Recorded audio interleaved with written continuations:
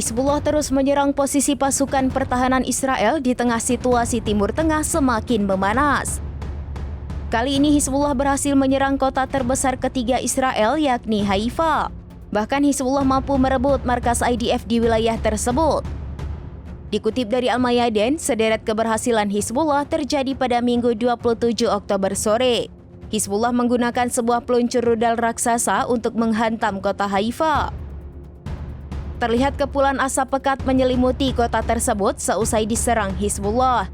Tak hanya itu, militan Lebanon mengklaim berhasil menargetkan pangkalan industri militer Zofolot. Sehingga Hizbullah mengklaim mampu merebut markas IDF di wilayah tersebut.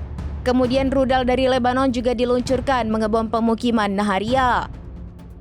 Hizbullah menegaskan serangan itu sebagai peringatan terhadap IDF yang terus melakukan perlawanan di wilayah utara.